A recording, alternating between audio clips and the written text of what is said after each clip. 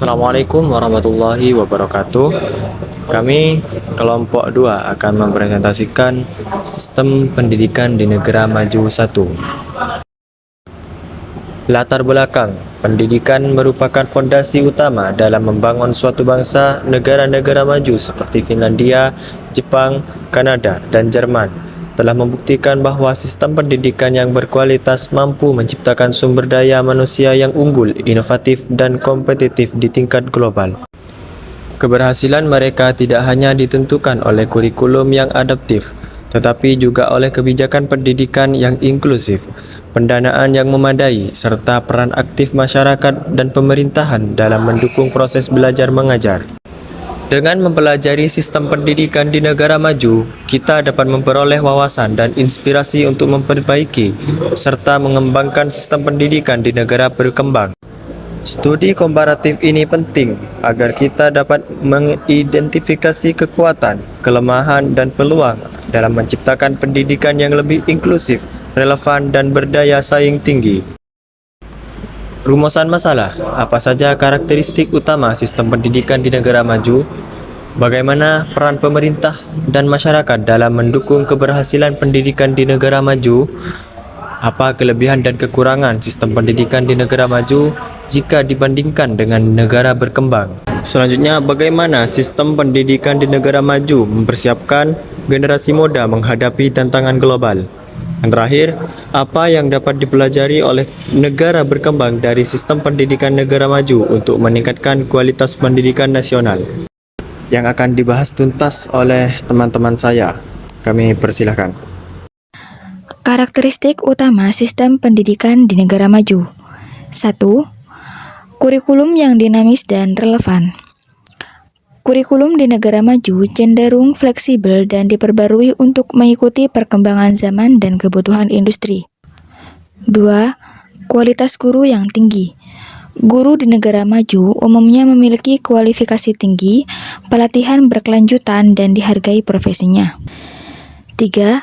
Teknologi yang terintegrasi. Pemanfaatan teknologi dalam proses belajar mengajar sangat umum, termasuk e-learning, digital tools, dan sumber daya online. 4.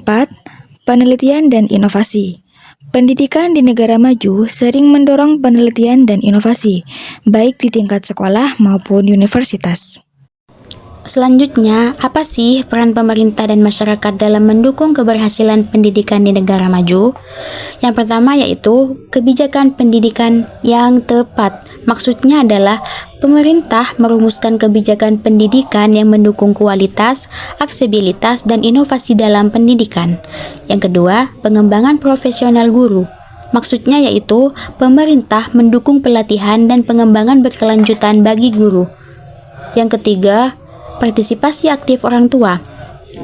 Maksudnya adalah orang tua di negara maju sering terlibat dalam pendidikan anak-anak mereka, mendukung proses belajar di rumah dan berkolaborasi dengan sekolah. Yang terakhir yaitu kolaborasi dengan sekolah.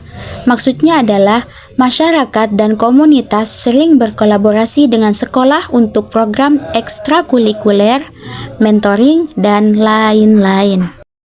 Selanjutnya adalah sistem pendidikan di negara maju mempersiapkan generasi muda menghadapi tantangan global. Di sini ada 4 poin. Yang pertama, kurikulum yang relevan dan dinamis. Yang dimaksud di sini adalah kurikulum sering diperbarui untuk menjangkau isu global seperti perubahan iklim, keberagaman budaya, teknologi informasi, dan ekonomi global. Terus poin yang kedua, di sini pendidikan multikultural dan global. Maksudnya, banyak sekolah di negara maju mendorong pemahaman tentang budaya global, toleransi, dan kerjasama internasional. Terus poin yang ketiga, teknologi sebagai alat pembelajaran. Dimaksud di sini integrasi teknologi dalam pendidikan membantu siswa beradaptasi dengan dunia digital dan mempersiapkan mereka untuk ekonomi digital. Terus poin yang keempat, yang terakhir, pengembangan karakter dan etika. Maksudnya, pendidikan karakter yang mencangkup nilai-nilai seperti empati,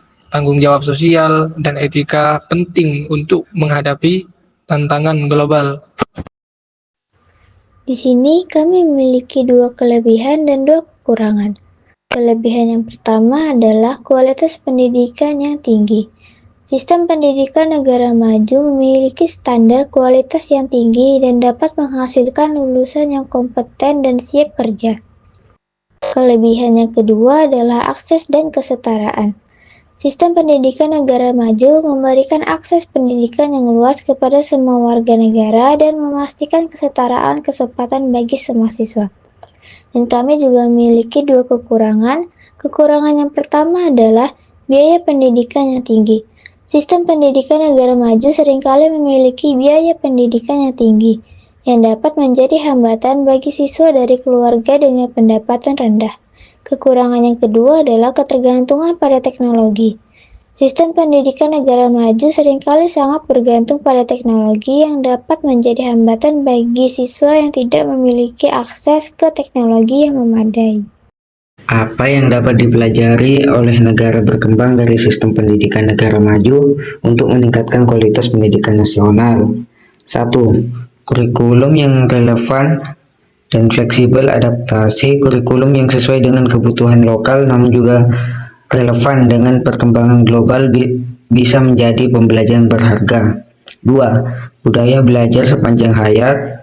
Mendorong masyarakat untuk terus belajar dan mengembangkan diri adalah konsep yang berharga. 3. 10 inovasi dalam metode pembelajaran. Negara maju sering mengembangkan metode pembelajaran inovatif yang bisa menjadi inspirasi.